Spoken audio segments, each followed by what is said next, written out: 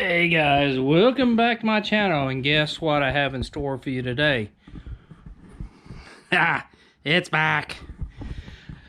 Oh, so let me tell you why it's back. If you don't already see my other video why it's back, I'll show you here in a second. This is the reason why it's back. Doo-doo. Been overhauled. So that transmission has been redone. So it's all got the good stuff in it. So now we're going to put it back in the car. Cannot wait to see how this works. Yes, new converter for it too, as well. So anyway, with that, let's go ahead and get ready to get this sucker in the car. So hopefully it goes in easier than it came out. So with that, let's get started. Okay, got the converter ready. I added a little bit of transmission fluid to it. Getting the transmission set up, ready to get put back in. Had to find where all my bolts. It's been, I don't know, almost 2 months. Well, there's the date on it, 8/18/24. So had to go find where I put all the bolts. Most of the stuff is sitting back on the shelf here, but you just got to collect everything together, because once you get it up in here, you better have your bolts and nuts, all that stuff ready to go, you know, to put everything on. So with that, let's go ahead and get that converter on. Let's put it on here. Then we'll start to lower the car down and see if we can't get it into the where it sits up in here. So anyway, word to note, just make sure there's nothing in the path of this bell housing. You don't want to pinch any cables up here. So with that, let's go ahead and get started. Okay, got the converter seated. One thing I had to pay attention is when we get ready to mate the converter to the flywheel, you do have to make sure this does pull out. I think about 1/8 of an inch, 3/16. I have to look that up. But anyway, but it still has to get pulled off the pump. If it does not get pulled off the pump, you got a good chance of driving this guy back into the pump, and you'll ruin it really quick. So we'll check the space in between here in the flywheel. But you have to make sure you don't pull it out too far.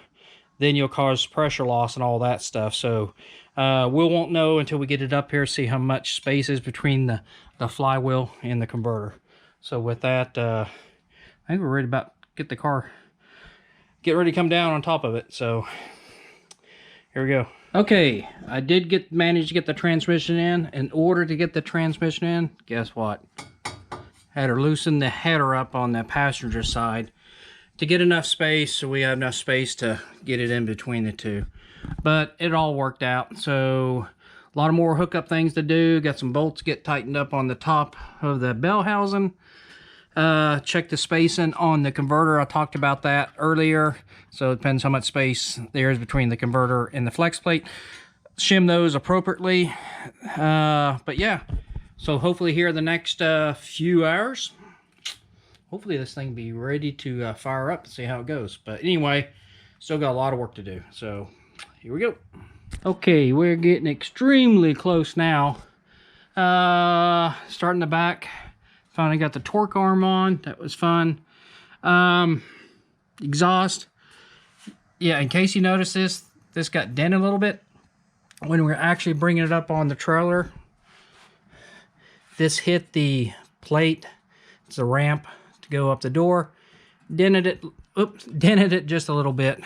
So that's not going to hurt it. We'll try to get that moved or rolled out a little bit. That's stainless. That stuff is really tough stuff. But anyway, I still got a header to get buttoned up here on the top.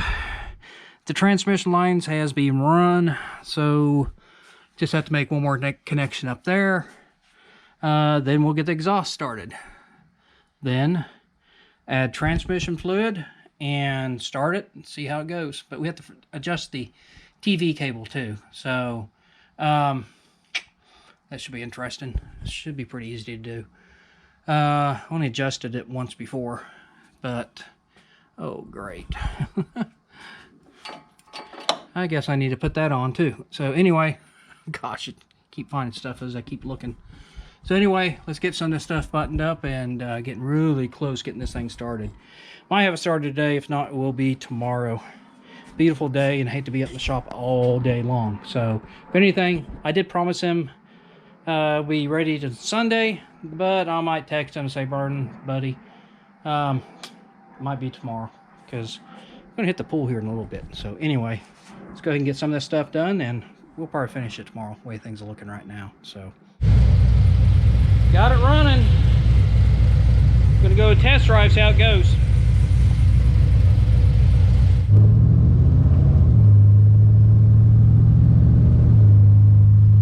Shift's pretty good. Love it. Maybe we can get on a highway here and see how it goes. Okay guys, test drive 1 went really good. Going to get ready to go on test drive number 2. But it is shifting really nice. Can't be more pleased about it. So anyway, let's get this test drive done and get back and call the owner up, say come get it. Anyway, pretty cool. So here we go. Okay, this is the old Project Smurf. Transmission's done. Took a test drive. Did really good. Sounds really good back here too.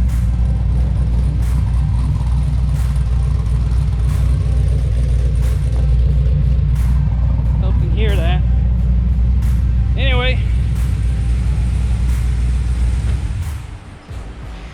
Anyway, that concludes this project. Everything on the bottom end went really good. Got the exhaust all bolted up, so everything kind of fell in place. But what can I say? Hopefully that will not be back in this shop for ever. Hopefully it's the last thing we have to do to it. It's got a good transmission in it, drove good, shifted good. So with that, short video, but just kind of give you an update on Mr. Project Smurf, saying it still lives, still runs, and he's going to enjoy the rest of the summertime, fall time with the car. So the weather's supposed to get really nice, and with no top on it, it's going to be nice cruising weather for sure. So it's definitely a nice cruiser. Cruise really nice down the road. So if you like that wind in your hair effect. But anyway, it's not for me, but it is kind of cool. So with that, I'm out of here. Till the next time.